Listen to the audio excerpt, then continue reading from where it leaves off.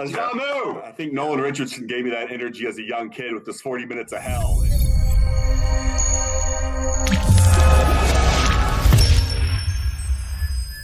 All right.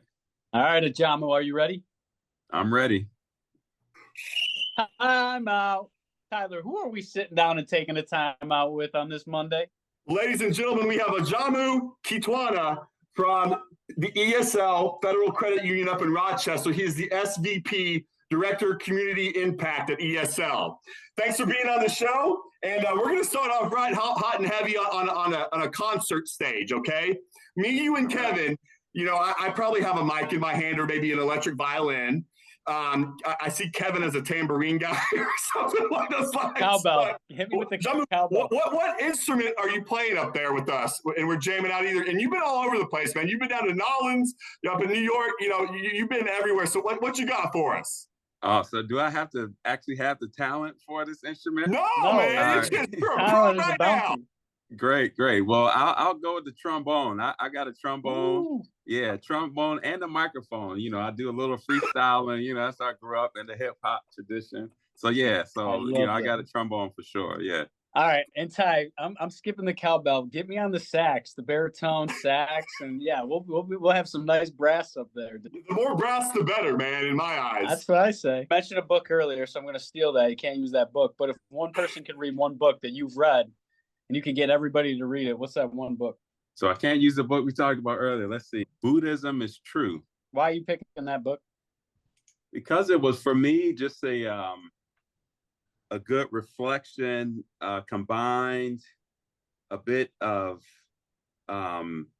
understanding ourselves as humans from somewhat of a scientific lens. I'm trying to look at the author, but Buddhism is True takes what, you know, one might think as a religious approach to Buddhism and really kind of breaks down the value of mindfulness, the value of slowing down, and talks about it in realistic terms. So it takes it out of whatever kind of you know, spiritual or religious, if you will, kind of context, and at least for me, put it in the terms where I had a lot of light bulbs, like, oh, that's how my brain is working. That's gives me some perspective on some of these tough times and other times in life. So it was, for me, just a few light bulb moments around just understanding myself, understanding people around me. And so I'd recommend that. New perspective. Slow it down. It's harder than it sounds, right? How was going to the University of Stanford, man? Oh, Stanford was a lot of fun. It was awesome. You know, it's interesting. You know, when I was just reflecting on somebody as a kid, grew up originally in Chicago. I didn't really know about Stanford until I got, you know, I was maybe a junior in high school, getting into the college search, interested in environmental engineering. So when I got there, I fell in love with the campus when I, you know, visited. It's like a resort. It's just gorgeous out there. California, I was from the East Coast, so everything was just perfect. And got there and really connected with a really good community. You know, I'm, you know, African American. I don't know if folks on the radio can tell, but there's a strong there was a Black Community Service Center there that was really supportive. The engineering students and community, the professors, generally a supportive, trusting environment. We certainly worked hard and smart people, but it's the type of thing where you might think like, oh man, it'll be really intimidating, but it was a lot of just real and honest people and a supportive environment. I loved it. Plus the weather didn't hurt.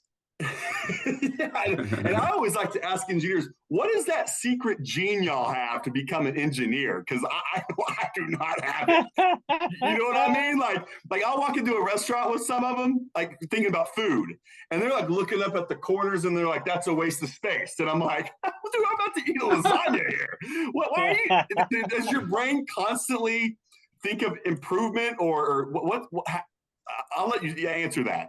That is so funny. And maybe to some extent, yes, right? As a kid, it was more, I was just a math science kid. I was, you know, fascinated and, you know, pretty good at math, pretty good at science, and engineering. I actually got introduced to over like kind of summer programs I tried out to introduce careers. And And so, but yeah, I like thinking about how things fit in space and having a sense of things fitting together with some sense of finiteness or clarity. And that was just something that intrigued me. And so, yeah, so there probably is just something about the way folks think as engineers. And of course, I'm not an engineer now, but I think the problem solving part of engineering training, I think, continues to serve me. Right now I'm in financial services and community impact, but I still love just that the way of thinking, like thinking through problems and having things fit together in a way that that feels good, that works to move forward. So yeah. In math, let's just take math for example. When did it click to you that it even mattered? Like in like calculus, for instance, why am I getting this derivative? Like, did someone bring it down to a level where you were like, well, of course I'll get that number for a reason? Because I was just getting these numbers, and honestly, it's sort of clicking nowadays in my older age. But was there ever a time where did someone explain to you what the purpose behind that was? Well, Tyler, I gotta be honest, is that the love for math, the connection to math, absolutely did not start with calculus. That's where it started to get fuzzy, right? So it was more just a consistency. As a kid coming up, I had a knack for the multiplication, division, and things were like making sense. So that it really kind of built off of that foundation. Calculus is where you start to get theoretical with it. And so, but still, at that stage, still being able to start to visualize, having the basic kind of helped me to get there. And it gets tougher and tougher as it gets more theoretical. And I won't pretend to say like, all the abstract quantum physics, all that kind of stuff. I have no idea about those things. But yeah, so it was really the pieces that really, made sense fitting together that helped me be interested still at the level of calculus or so. But it gets to the point, even for me, where it's like you said, that it matters, where it's not so clear it matters, right? As it gets so abstract. Got the right number and I'm good, Right.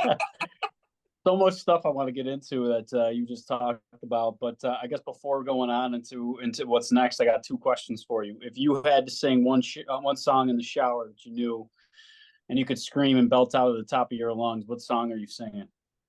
Oh, I am singing "Fight the Power." I told you I'm a hip hop fan, so Public Enemy. They were one of my first cassette tapes I bought, and I love the energy around "Fight the Power." Do the Right Thing, the movie it came up with. So I'm probably mumbling it through, but saying as much of the lyrics I know. "Fight the Power." You picked up a lot of like lessons or stories from others, you being in the community, you're hearing stories, you're hearing lessons. What was maybe one story that somebody shared with you that really had an impact or got you saying one lesson that you picked up in your journey that you would love to share with others? So yeah, and in my travels, probably the biggest, so my first time leaving the United States was studying abroad in Senegal in West Africa. I'd studied French in school, and in fact, understanding that a lot of African Americans had originally come from West Africa. One of my goals going to college was to study abroad in West Africa. So I went to Senegal, lived with the host family, and so many lessons. Being the first time overseas, first time in a culture that is not my culture, my mind was blown in so many different ways. But one kind of lesson, I guess, that I brought from there was just really that the people see the world in very different ways. One probably the most challenging time when I was there in Senegal, I remember I was at a party and they're multi-generational, parents, kids, grandparents, etc. at a party. I was at a party with a host family, and someone was like dancing and singing something kind of towards me, and I couldn't quite make out what he was saying until at some point, and I'm out kind of dancing with him, like kind of playing along, and then he gets, and I can hear what he's saying, and he's saying, "American, give me some money." And so he's like trying to get me to like, hey, you're an American, you're clearly rich, you got all this dough, like you're out here dancing, come on to give me some cash. And like once I heard it, I got so like offended and was like, what? I can't believe he's like embarrassing me like this. And I went and like kind of went over to the corner. And then later, my kind of host brother who was there with me kind of came and said, hey, Ajamu, how's it going? Are you okay? I was like, hey, you really couldn't give him anything? And whatever, and it was like, so that I had been rude and disrespectful. And the point being that I didn't realize until later that talking about money and giving money is part of the culture there, especially in the context of a party. You have people on birthdays, they pin dollars on their shirts or whatever. Whereas in our culture, like we don't talk about money. It's such a like asking for money is such a like, taboo thing. So so that moment and my embarrassment and struggle there was just a realization that some of the things that no matter, how normative or, right they might feel to me, often that in a different context and different cultures, things can just be different. So just honoring and recognizing before I judge that they're just legitimate difference in perspectives, particularly across cultures. So I love that. I mean, so many things in what you said. I mean, people see the world so differently, but gaining that perspective, putting yourself in that situation, in that conversation. I mean, that's where we learn, but so many of us are turtling right now, and like protecting what's ours. And I just love like that whole concept of a susu, right? It was like the first time I had ever heard what a susu was. It was happening during the pandemic. And it was really interesting because it's like a way to break down these barriers that we're putting up fences to show our neighbors where our property line starts and ends. But here is a community that really pulls together their resources so everybody gets something. It was kind of just a fascinating concept, and just listening to you here, I got to ask, we talked about your wife, all kidding aside, signing you up for this retreat that you have coming up. How have you found it to be mindful, to be present? How do you not get into that engineering mind? Because I suffer from it too, where you're kind of overanalyzing your past and then trying to predict and create a more efficient future, and you're kind of missing out of the day-to-day. How do you center yourself? Yeah, and Kevin, I'm absolutely still learning my way to it. So I'll almost kind of more share how I'm trying to center myself, how I'm trying to build that practice, and that is just taking the time, starting with a routine. So I'm still new to meditation, but I have begun to try it, and it's interesting at this time where I'm still, I'm growing in my career, getting more and more leadership, more responsibility. I'm trying to be committed to, right? It's easy to say, oh, I'm busy, I don't have time to stop for meditate, to take on any new thing. Well, whereas I'm trying to take the reverse perspective, wherein if I can understand how to slow things down, how to take a pause and get a bit of peace, I can perhaps, silence some of the noise of the demands of, work in particular, but family and community, et cetera. And so I'm really working towards taking some time to get some peace, quiet my mind in a way that I believe will help me to just make sound decisions in the day-to-day as I'm going through, which is a really important part of leadership for sure. Absolutely. Because those demands can just rule you, and all of a sudden now you're beaten to a KPI instead of being yourself and being authentic. You're doing things out of desperation, and humans do different things when we're in desperation or we're hurt, and we're just continue that cycle. Oh man, and I'm stuck on that meditation stuff too. And what gets me is I've learned recently that bandwidth is kind of an illusion, But what's crazy is that bandwidth, it all starts inside me. Like no matter what task or demand or KPI, I know if I'm right in here, the KPI is already met. That's when I can really be a force of nature, I think. And man, I love your energy. We got on here chopping it up about Pine Bluff and Little Rock, man. But I gotta ask you. I know I've already asked you a school question, but because I was only a puny little Razorback in Arkansas, how was your experience at MIT? Oh man, so MIT, so that's where I did business school, my MBA at the Sloan School. it was also great. So one is the MBA. So, everyone's there is focused, trying to, elevate their careers. For me, that was the moment where I pivoted from nonprofit community development work and to open myself up into strategy and more the business world. But it was great. One thing that I loved about MIT Sloan is that it seemed like everybody there, including myself, was there with a sense of purpose. Of course, yes, everyone's a business school, and obviously there's, everyone wants to level up in their career, make more money. But there was a sense, there were so many entrepreneurs, so many social entrepreneurs, people who had a clear vision, people who really had a vision for making an impact on the environment through business, and that level of commitment and focus, I think, made a huge difference for myself and others around me. And so when I got to MIT, I really used the time to, just hone in, build relationships, build networks, but explore new ways of understanding the world, the business world, and ways that could help me move forward. Probably one of the highlights, and I don't know how much I'm applying this now, but MIT, the students can kind of come up with class concepts. And one thing I studied environmental engineering at Stanford, so I had some sustainability interests, but we had a class that looked at the business of water in Asia. So we went and visited Singapore and China, looking at the challenges around the scarcity of water, looking at businesses that surrounded water, looking at how the water shortages would impact Pepsi and these other businesses. So really just kind of interesting kind of spin on sustainability and business and trying to understand the world from that perspective. So anyway, so it's really exciting. So I just love just many kind of new ways of thinking. Probably the other big thing I'd say, and business school, you think about, again, everyone's going to try to make more money. At the end of the day, what we learn at business school is how to make good decisions. So different frameworks of making good decisions, and so critical, underestimated, but certainly in practice, you realize at the end of the day, it comes down to people,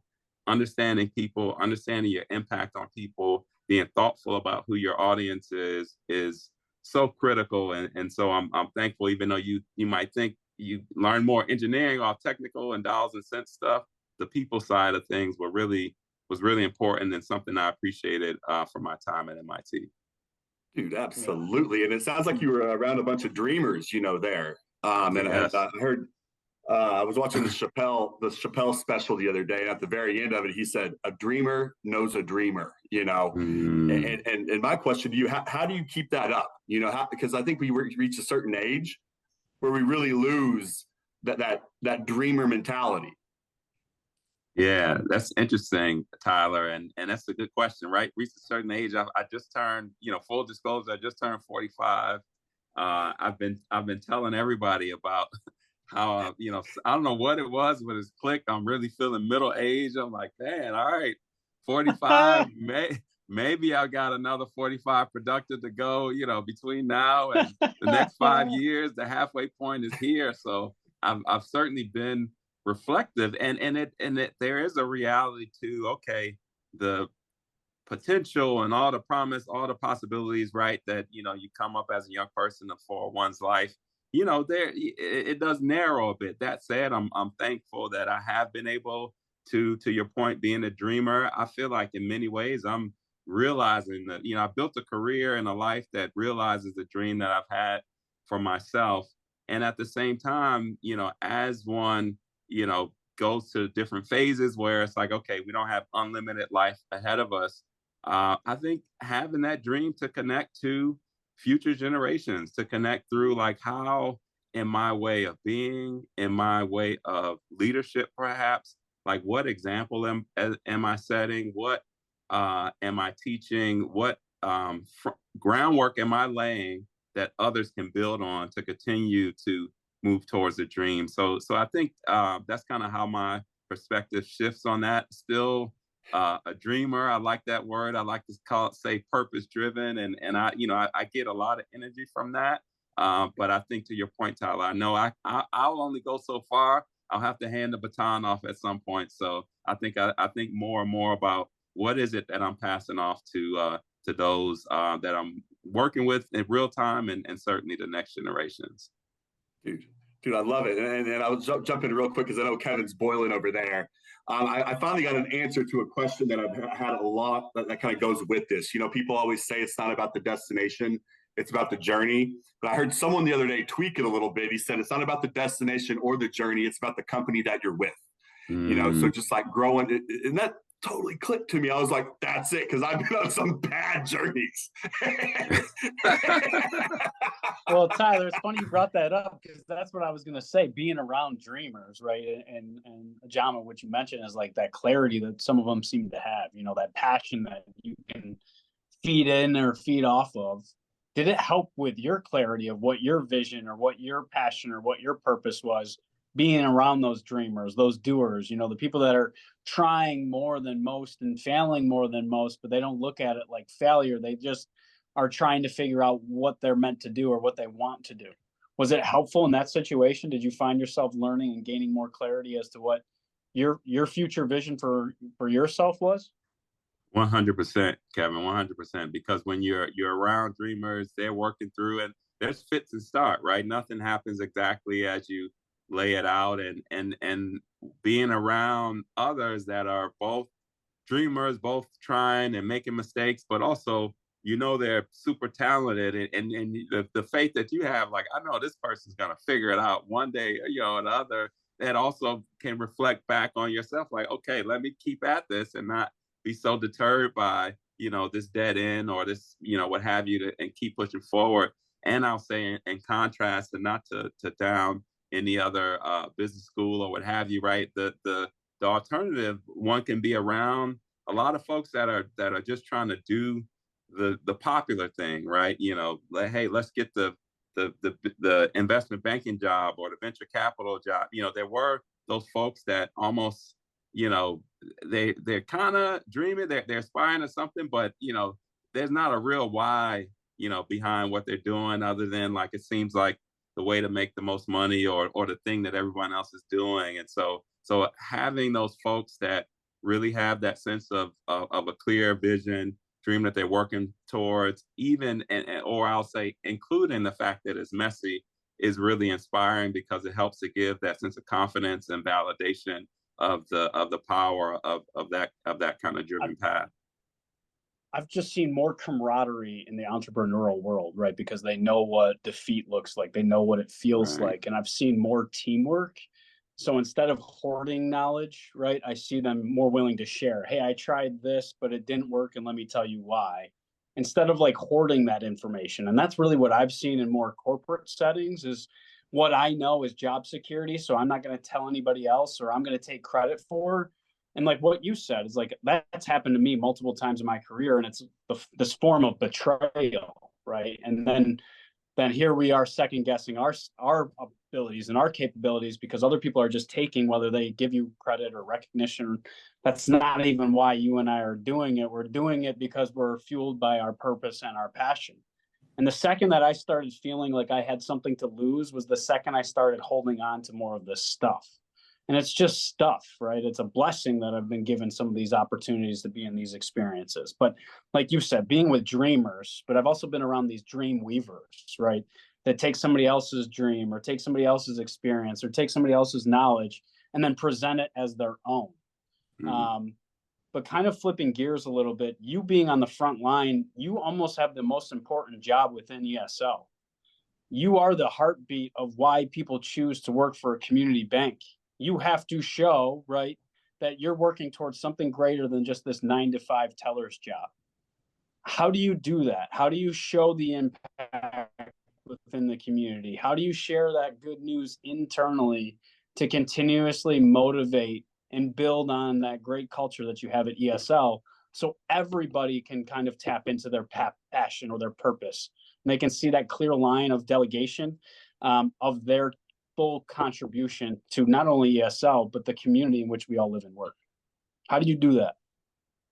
Yeah, no, great question, Kevin. And it really is, you know, my department and my role is an important part of a whole.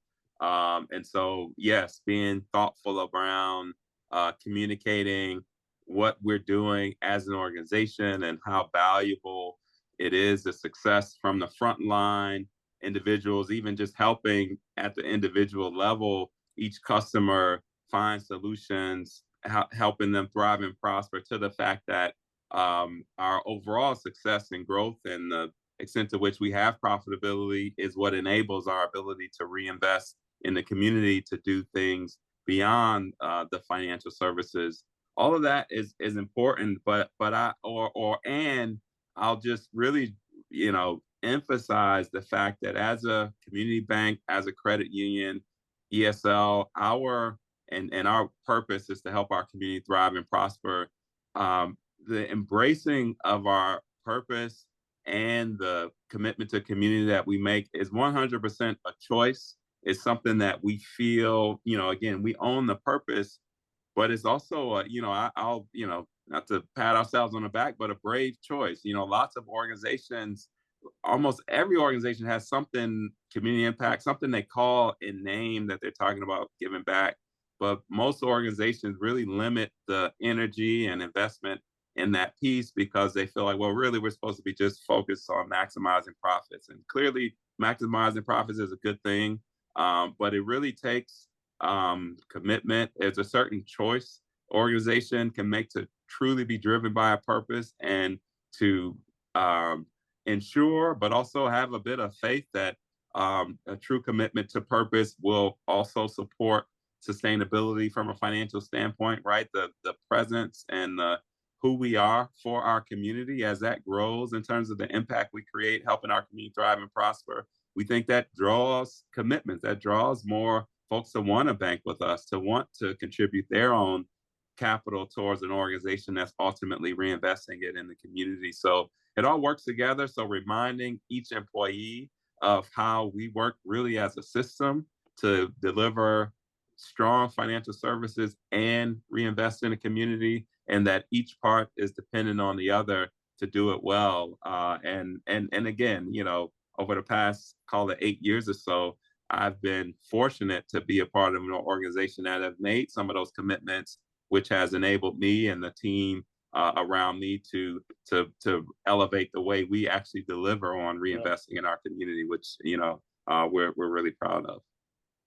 And that's where getting that intrinsic motivation, it's where it's like you said, it's like, and I'm glad you brought up the word faith, because I think faith leads to joy, leads to hope, leads to happiness, but you almost do it confused, is something that somebody told me the other day, do it uncertain. And that's where, like you said, being around those dreamers, you're just doing, you're trying, even with that you have the best intentions, maybe it has unintentional consequences, but you're getting back that information because you're listening and you care. And I think we're all working toward it. When we feel like we're working towards something greater than ourselves or for ourselves, that's a motivating factor that beats any paycheck for me, beats any internal recognition for me. But allowing me to see how I impact that and how I can increase that impact myself, and watching that energy loop full circle. I mean, that's really, it's a really cool job that you have the opportunity to really, for a long time, it was probably so externally focused, PR focused, but it's now, what are we doing and how are we bringing those stories internally to share that success internally with our employees as well. And kind of that same employee experience that we're trying to give our external potential customers and current customers. So that's so cool. I really appreciate you sharing that. Absolutely, Kevin. Yeah, and again, and part of where we are now, again, as our purpose is the tip of the spear of our strategy, helping various individuals in various roles in the organization think about, well, how can I apply this purpose in my role? So maybe I'm not on the community reinvestment team, or a team where it's clearly part of the job description, which a number of us have the fortune. But how can I, as a business banker, be thoughtful about the affordable housing opportunity that we get that comes across our desk, or other roles? One thing that we're working on is helping to make it tangible and measurable a little bit for folks, to know what those objectives might be that they can drive directly that also help our community is kind of the level. I'll say we're in the process of developing that. But I'll say the more we move in the direction of our purpose, I feel like we've gotten greater and greater energy, engagement. So it's really exciting to be a part of. How do you keep your teams excited, like that on the day-to-day? Because I think that's a lot where the magic is, goal-oriented, all that. But do you have any secret sauce for us, like how you light some fires under people up there to keep them going? Man, that's a great question. And so no secret sauces. I will say in the realm of community impact, and since we have our purpose, one thing that, gotta just give a chance for our employees to reconnect with the community. So one thing we're fortunate to, we sponsor and in Rochester, we give locally, just to put in the context, between $20-25 million a year in just the greater Rochester area, a 1 million population approximately community. So we're the largest giver in our local community. But as part of that, we sponsor a lot of events, and so every once in a while we try to give employees a chance to go to a community event that we sponsored, or to connect with an organization that we're working with in a way that helps them to connect with the work we're doing. The other thing, at the scale of the Rochester community, it's so often the case that our employees also have a personal connection to some of the organizations. Maybe if we're working in a neighborhood that they live in, or they've got a relative that also works at this organization. Mm-hmm. So there's also that piece that helps remind us that we're really a small and intimate community, and that I think helps folks not only from a work responsibility standpoint, but also from a personal connection standpoint, appreciate what we do in terms of reinvesting in the community. Oh, absolutely. And I was an ESLer up there, man, and y'all market so dang well. Ask me why I don't even know, because guess what? Everybody else was doing it, so like I didn't know anyone else. I don't even remember any other banks, to be honest. The Canandaigua Bank, I think, is one of them. Yeah, they're around here too. They're around there, but man, that's super dang cool, man. And I was just trying to think, why was I an ESL member? I don't know. Maybe the convenience of the ATMs all over the place or whatnot, But like, yeah, I had no idea y'all give about 20 mil, back. Is that every year? Yeah, now it is. And since about the past 5 to 6 years, we've elevated up. So over the 7 to 8 years, around the time when we adopted our purpose, we've been ramping up. And so that's been one of the big things that my team has done. At one point, it was about $1 million a year, but we've ramped that up to north of $20 million every year in the Rochester community. And what characteristics or traits does it take to be on your team? Like when you see somebody, they got it, like the it factor. Curiosity is definitely important. A good listener, right? So not rushing or jumping to conclusions too quick, or being like, oh, I already know the answer. And, so being willing to engage and be curious with folks. Let me see. Certainly caring, having some perspective and connection to the community, and almost everyone cares, and been willing and frankly having gotten into it oneself. Almost everyone on our team, on the community impact team, has also worked in the nonprofit sector, some shape or form in their career. So it's kind of a lot. We've got a lot of folks that have been nonprofit and moved here, or been back and forth, some in banking, but have exposure to the nonprofit community. So yeah, those are some of the key things, but definitely that curiosity, being willing to listen, a little bit of humility. One thing that we're conscious of, because of the scale that we're giving and philanthropy, there is a power dynamic that's created there, right? And so we need to have people that aren't going to take advantage of that, for lack of a better word. When you're in a room, be a listener. Don't just kind of say and, know that everyone else will listen to you because they think they might, get a grant for it, right? So being mm-hmm. conscious to not, overpower conversations and relationships, but really being humble and focusing on listening first, being curious, I think are some critical things to be successful on our team.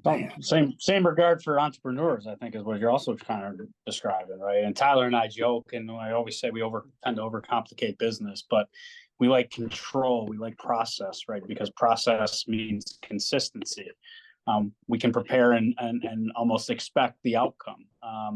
But that's not really what happens in business. I would say most businesses are surprised by the outcomes that they get.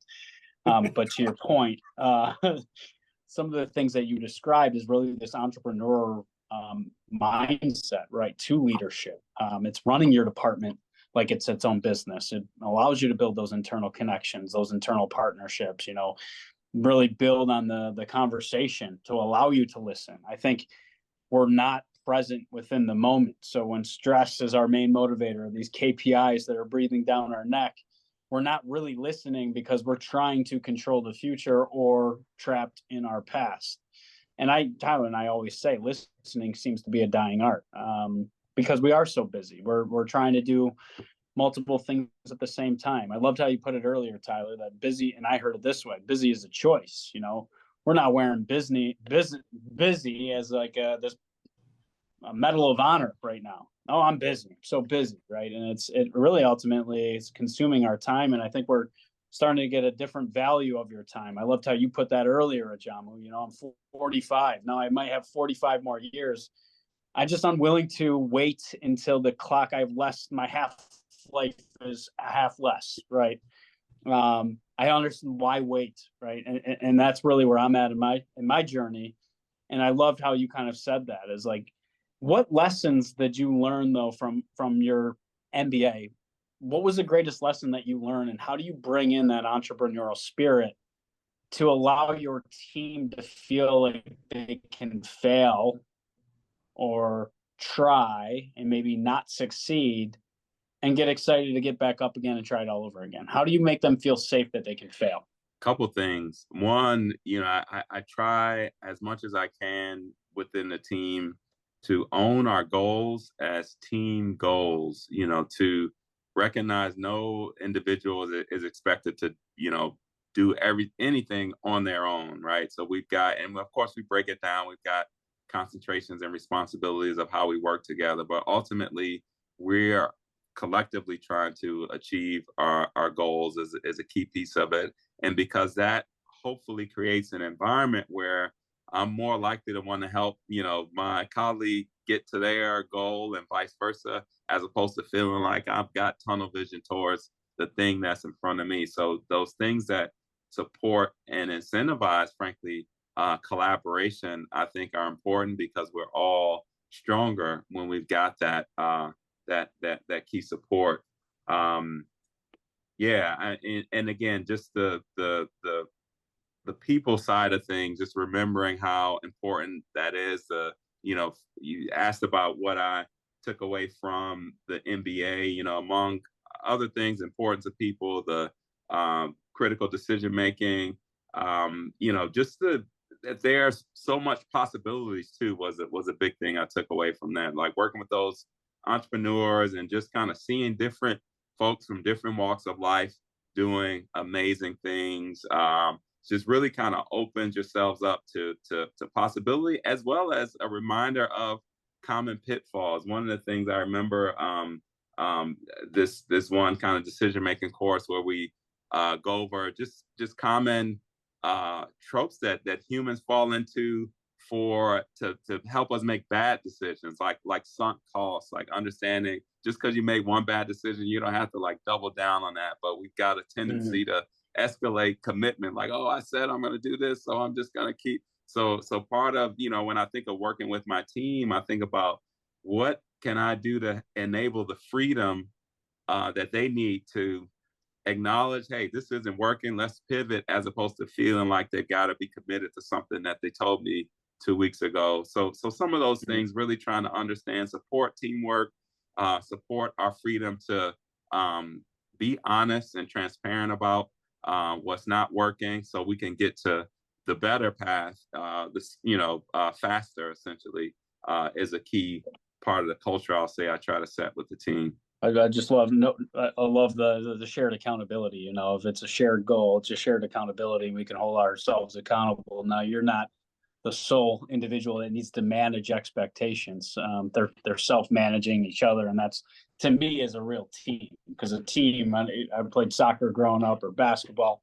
Your goal was to win, right? So if we all know that our goal is to win, then we're all going to kind of show up, whatever our strength, whatever we bring to the table for this feast, to win. Other than I would see most lack a lot of clarity as to what the expectation even is and what the standard is, and because 1 + 1 doesn't always equal 2, and that just adds this confusing standoff, this Mexican standoff where everybody's like, blink first and am I safe, and I think that's the less people are sitting there asking themselves that question and really feel like they can belong and fail forward and fall flat, and they're going to have somebody to pick them up and say, that's all right, like you tried, let's get up and try again together. It's just that's where I've always thrived, both personally and professionally. So I so love this conversation. Ty, take us home. I just have the outro music in my head right now of Public Enemy with a little "He Got Game" in the back, man, with Denzel and Jesus Shuttlesworth, man.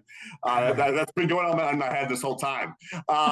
And I wanted to ask you, if me, you, and Kevin are out in Chicago eating a little deep dish at you name it, Illuminati's, Giordano's. I'm a weirdo that likes Gino's East. No one likes that place but me. I kid you. Well, I saw Dennis Rodman and Quentin Richardson and Darius Miles there one time, like back in 2004. And I was like, oh my God, this is the coolest. But anyway, I think they were actually going to the Chop House next door, to be honest. But if you could invite 2 or 3 folks to eat with us, for lunch today, dead or alive, who's chopping down some Illuminati's pie with us? And I'm getting hungry now. Yeah. We just the Olympics just wrapped up over the weekend, so Steph Curry is on my mind. He closed out that gold medal basketball game just in beautiful fashion, and just at least his energy seems very kind of thoughtful, humble, but clearly just kind of works hard and does what it takes to get to excellence. So I'd want him at the table just to really listen again, like give him a chance to open up, give him some of these type of great questions you guys toss out here, and to hear his thoughts on it. What other people, past or present? James Baldwin, as a past person, I think his I forget a milestone in his historic journeys came recently, but I know I've been hearing some of him on the radio. But James Baldwin, a really, really thoughtful person around the challenges of inequity in our country in particular. And what I love about James Baldwin is pushing to let's talk about the difficult question. Let's not dance around or avoid these complicated ones. We got to dig in and address them.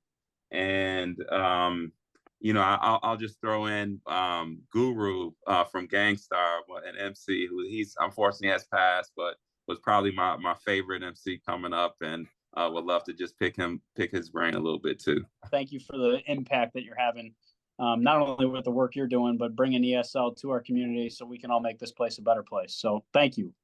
Thanks for the opportunity, Tyler, Kevin. It's been a pleasure. Great time talking to you guys. Speaking of energy, I love your energy. So that's why you're good at what you do. So thanks. This was great. Well, absolutely, man. I think Nolan Richardson gave me that energy as a young kid with this 40 Minutes of Hell in Hog Country, man. And I haven't stopped pressing since, man.